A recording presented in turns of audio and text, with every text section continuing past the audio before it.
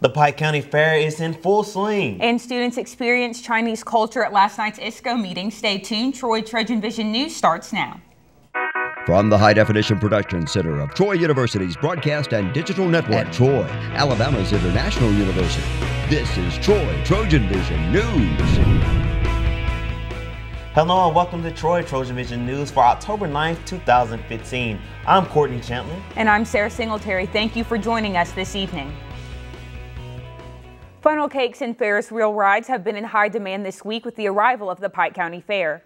Jordan Nelson was at the fair last night to experience the rides and attractions that seem to draw people in of all ages. The Pike County Fair is in town and offering food and fun for all ages. The Pike County Fair is it's an accumulation of entertainment for all ages. We've got rides for 3- and 4-year-olds.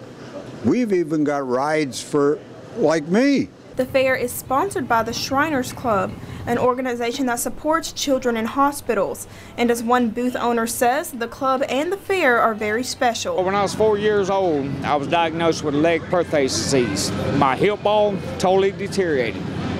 At the time, it was almost $10,000 for the braces. The Shriners paid for everything. They paid for my visit to the hospital, the health care, everything, motel. And every time I get a chance, I contribute to the Shriners. It's a good cause. The Pike County Fair has many attractions for people to enjoy, like the rock and roll, a bungee trampoline, and a sizzler. But what do fairgoers consider the best rides? Ferris wheel, but I'm old and ancient. Alibaba. Well, because you go really high and you can do flips and stuff. The Alibaba. Why do you like that ride? That ride, you just get to go up and down and up and down. Yeah, I hear a lot of people scream. That's what makes it fun. The mirror maze, because it goes up very high and then it goes back down, and it's like you're falling down in the world. Jordan Nelson, Troy, TrojanVision News. The Pike County Fair will come to a close tomorrow night. Troy University is home to many students from around the world. These students often look for ways to share their culture, and one organization allows them to do just that. Haley Greathouse has a look at the International Student Cultural Organization's China Night. To put on any event takes preparation and research. But what if the event was in a foreign language? This is what international students choose to go through every Thursday for the International Student Cultural Organization.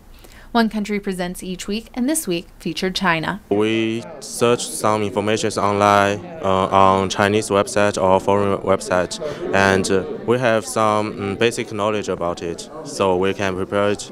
But we prepared it for a long time because we want to make it perfect. We took 3 weeks to rehearsal, to practice our dancing. English is the common language bringing all of the cultures together, but this can still be a challenge for presenters. I think my presentation is more simple because maybe my English cannot express more difficult and complexity. Students often present in their home country, and some presenters even have secret talents. Did you know that Shishi was actually a professional diver and a gymnast for a while? So obviously, any kind of performing is her thing. I love singing. It is a Chinese style song, and I sing it in China before. In the end, all the weeks of preparation come together into a fluid presentation that students of all cultures can enjoy. I did not expect such a great quality of presentation in general terms. Everything was just so top-notch. Haley Greathouse, Troy, TrojanVision News. Tea for Troy will be held on Thursday at 7 p.m. in Howe Hall. Chinese culture remained the focus in the spotlight this week when the Confucius Institute hosted their weekly Chinese Corner. That's right, Sarah. And not only did participants learn how to make their traditional Chinese customs, they learned the meaning behind it as well. Chinese Corner gives students the opportunity to learn about Chinese culture through different activities and events. This week, students did an activity that allowed them to put their fingers to the test. Today, I just teach some Chinese note for them, kind of easy Chinese note. and hope they have fun.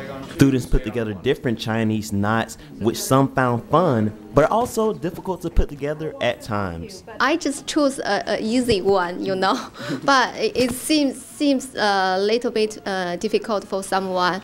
But because I think it's first time for them, and also the different culture, because they haven't have the experience before. I think for the next time, maybe they will do the better. Chinese knots are a popular custom in China, and the knots also symbolize something as well. Means good luck and good future. So Chinese people just use that very popular, like New Year or some festival, or we put something in the car, or like today we do the kitchen in the key. Yeah, it just means good luck. Chinese Corner is held every Thursday at 3 p.m. in the Confucius Institute. And now taking a look at news from around the state.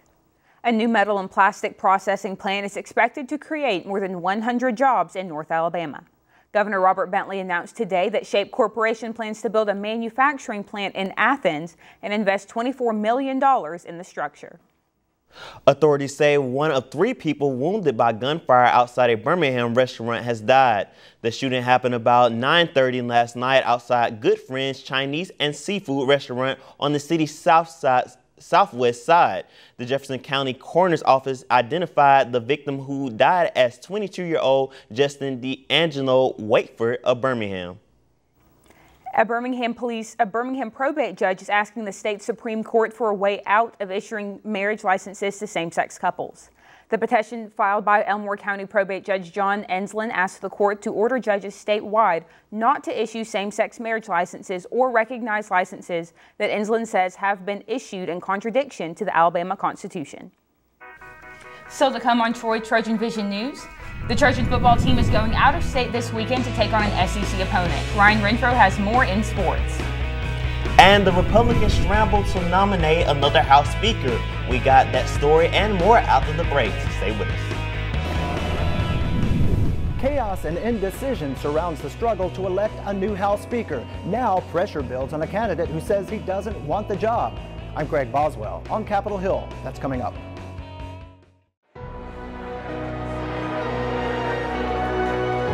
This is Dr. Daniel Smith. He's an expert in domestic and international economics. But his proudest achievement is connecting with his students and helping them accomplish more than they ever thought possible. That's the warrior spirit, and it's alive and well at Troy University. Feel it at troy.edu/spirit. Mama. Mama. Say mama. Yeah. I don't know how to tell you this, but I'm almost 2 now and still not responding. That's one sign of a communication disorder, and delaying treatment can affect my development. Many parents aren't aware of the early signs of speech, language, and hearing disorders, yet early detection and treatment can improve quality of life. Say dada. Ugh, here we go. Identify the signs of communication disorders. Now, the latest in Trojan sports on Troy Trojan Vision News. The sound of cowbells will be in the air this weekend as the Trojan football team travels to Starkville, Mississippi. Davis-Wade Stadium will be the site of the Trojans' collision with SEC opponent Mississippi State. Head coach Neil Brown and a few players sat down earlier this week to discuss this weekend's matchup, the challenges that come with it, and the significance of one Bulldog in particular, the one that lines up under center. Number 15 seems to be one of the main points of emphasis for the Trojan defense. One senior explains what makes Prescott different from other quarterbacks this year. You know, he's quick and he's elusive, so he's not just a quarterback that's going to run and get what he can and lay down. He's going to go and run and fight through and get some extra yards if he can. So, one big man down in the trenches recognizes the challenges that lie ahead, but says he and the rest of the team are ready to compete. You know, I watched them play and I thought they were, you know, a great offense and a great defense, and it's going to be a challenge for us to come out and, you know, find the opportunities. But we're going to take advantage of everything that's given, and we're going to, you know, take some things too from them. Head coach Neil Brown comments on the atmosphere of Davis-Wade Stadium and why he thinks this Saturday's game will attract a large audience. The crowd is right on top of it. They've done a good job of enclosing that stadium where the noise stays in there, and they were gone last week, so I know they'll have a big crowd that'll be into the game on Saturday afternoon.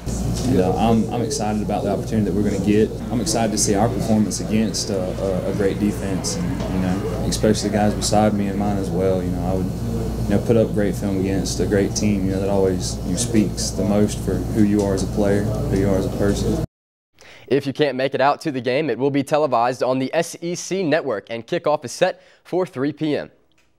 The Trojans soccer team will continue conference play tonight at 7 p.m. as they host Texas State.